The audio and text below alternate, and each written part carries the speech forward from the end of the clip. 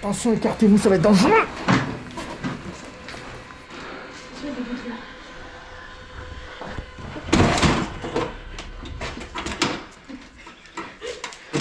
Ça, c'est la technique asticot.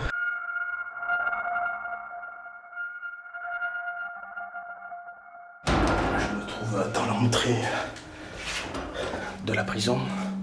Bon, ça a été bien massacré, malheureusement. Il reste encore les quelques bureaux. On peut voir avec les ordinateurs à côté. On est dans le local du préposé à l'accueil, je suppose, hein, et qui devait également surveiller via l'écran de contrôle les diverses caméras qui sont positionnées tout autour de la prison. Donc là, on poursuit le chemin et on arrive du côté... C'est quoi ça?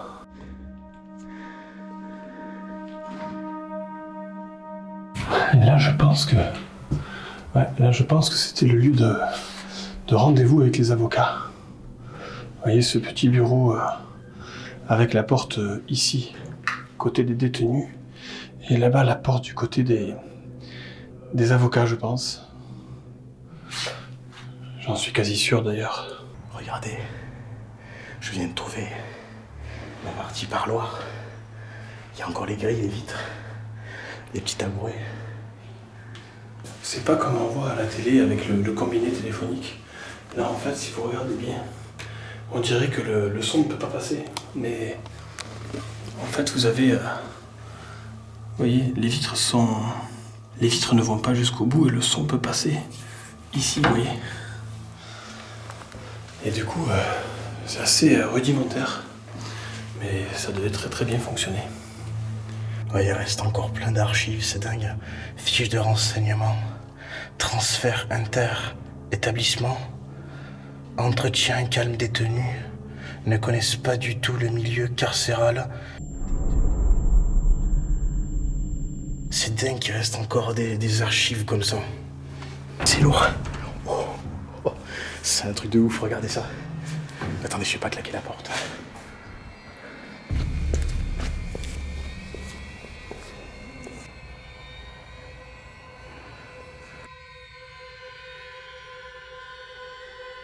Par contre, je vais peut-être redire une bêtise, mais les filets qui sont de partout, je pense que c'était pour éviter que les prisonniers se jettent des projectiles entre eux. Je pense que c'est ça. Dites-moi en commentaire. Et là, regardez sur quoi je viens de tomber, sur appel de cantine. Apparemment, c'était pour la distribution des bons. Et là, on a apparemment toutes les denrées qu'on pouvait cantiner. Toutes les denrées qu'on pouvait cantiner. Avec les prix en face, c'était déjà en euros. Incroyable. Flan x4, fromage blanc 0%, beurre. Oh, c'est un truc de fou. On se croirait dans Prison Break.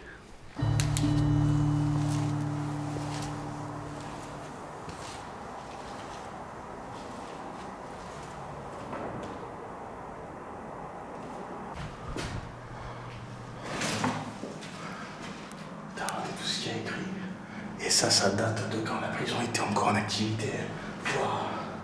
Exit, liberta, sortie, liberté. Bon, j'ai pas besoin de vous traduire, hein, c'est assez simple. Hein. Les prisonniers nous ont laissé quelques souvenirs. Je pense que certains étaient poètes. Ta mère le rat. Prix. Il y a beaucoup de choses écrites sur le mur en fait. Il reste encore une brosse à dents avec du papier. S'il reste du papier, c'est que l'abandon date d'avant le Covid. Cet établissement pénitentiaire n'est plus que l'ombre de lui-même. Quelques tags en tout genre ont recouvert les murs crépis et défraîchis. Le sol poussiéreux est jonché de débris.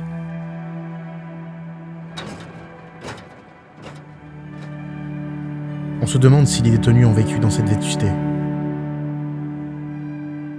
Les murs portent pour certains les stigmates de leurs anciens locataires. Phrases et petits mots laissés pour quelques-uns au moment de la fermeture. Photos, dessins, collages et traces de feuilles collées sur les murs pour égayer les quelques mètres carrés de leur espace de vie. Je pense que quand on est enfermé dans ces cellules, on a envie de s'imaginer dans des endroits paradisiaques.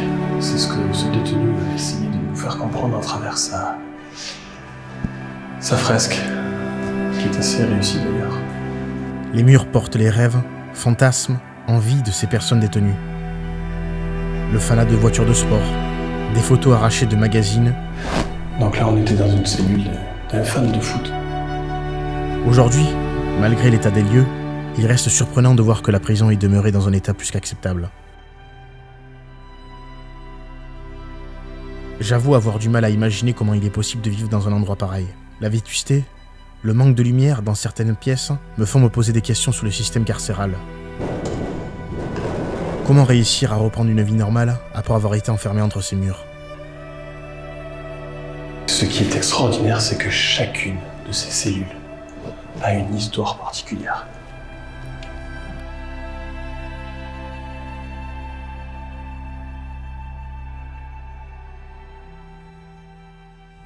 Regardez-moi toutes ces cours, et ici, c'était le seuil où on va sûrement aller voir de suite après là. C'était le sas pour distribuer les détenus dans les cours. Elles étaient toutes petites ces cours, c'est incroyable. Vraiment. Et là ici je suis, vous voyez le sol est muni d'une vitre pour voir un peu les détenus passer. Et là je suis dans dans la cellule du Mirador, enfin la cellule. C'est le Mirador, c'est le lieu où Sur de la cellule, le gardien, avec encore son téléphone et même le clim dessus. Et il pouvait surveiller donc du coup toute cette cour. Ok, donc là je me trouve dans la cour qu'on voyait tout à l'heure d'en haut. C'est la première fois que je vois ça, c'est séparé en plusieurs sections qui fermaient avec des grilles. Et il y en a plusieurs comme ça, regardez. Taille de ces pics. Là il y a un slip. Je sais pas ce qu'il fout là. Ah, c'est impressionnant. Et là-haut on voit encore les caméras. Je sais pas si vous arrivez à les voir d'ici. J'essaie de faire un petit zoom, ouais, on les voit là. Vous avez les caméras et toute cette vieille bâtisse, on voit que c'est très très ancien. En effet, cette prison a été construite fin du 19e. Et son histoire est absolument terrifiante. Elle aurait accueilli en 1939 la seule guillotine de la région. Et c'est seulement en 1949 qu'eut lieu la dernière exécution dans l'une des cours. J'entends un bruit sourd. Je me retourne. Du sang, beaucoup de sang. Le corps a basculé dans le panier. L'homme qui parlait moins d'une minute plus tôt n'est plus qu'un pyjama bleu dans un panier.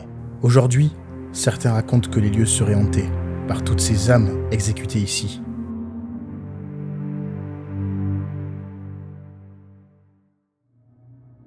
Et là on arrive dans une salle de sport.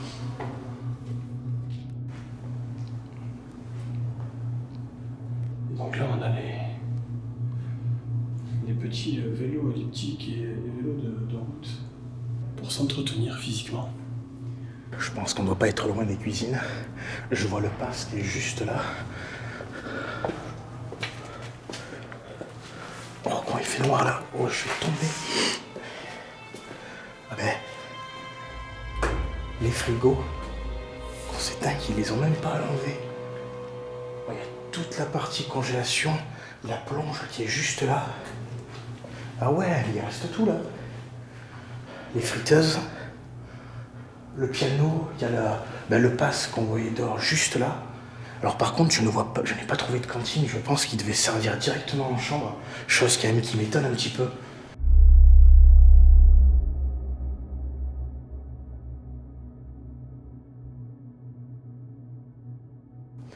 Là, on a la partie réserve où ils venaient stocker toutes les conserves. Juste là, ça c'est une chambre froide. Regardez, il reste encore tout, les moteurs et tout. Donc chambre froide négative, hein, c'était pour la partie congélation. Oh, c'est un vrai labyrinthe par contre. Regardez encore, il y a plein d'escaliers. Ça monte, ça descend. Ouh, c'est flippant ça.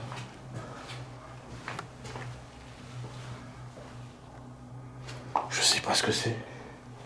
Je sais même pas où est parti Jean. On s'est séparés dès qu'on est arrivé.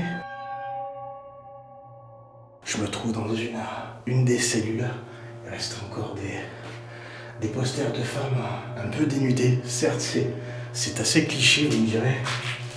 Voilà, c'était assez simple, un petit lavabo, une douche avec les toilettes. Et regardez la porte qui est juste là. Ouais, c'est tout petit. Il reste encore un savon. J'ose imaginer les histoires qu'il a engendrées. Je préfère pas savoir et je pense que vous non plus. Hein. Je m'imagine à la place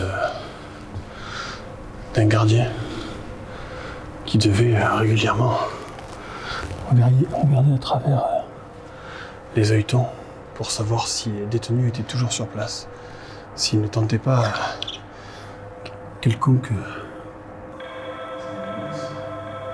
s'ils ne fomentaient pas quelconque tentative d'évasion.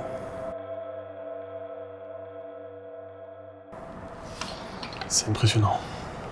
Alors je sais pas s'ils avaient la prétention avec ce petit chauffage de chauffer tout le hall, mais je vois pas ce qu'il fout là en fait. Tellement ridicule par rapport au volume de la pièce. Ouais, c'est...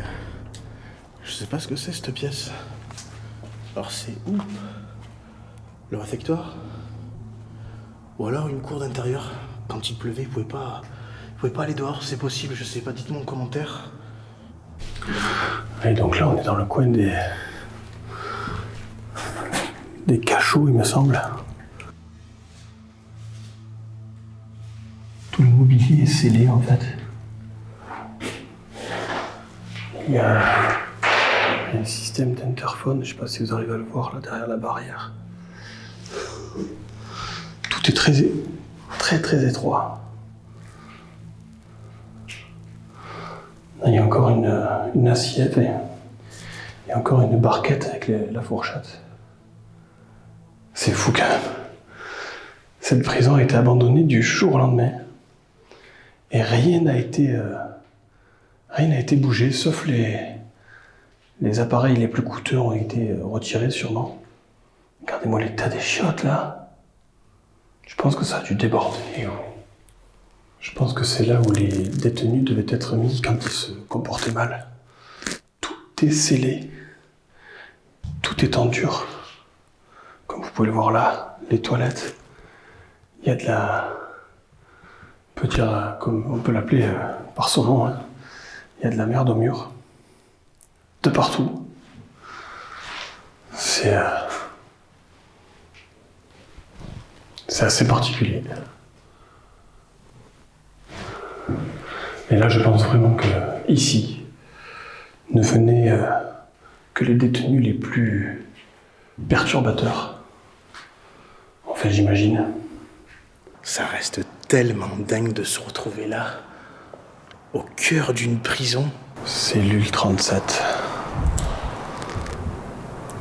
Et ici, apparemment, c'était la surpopulation.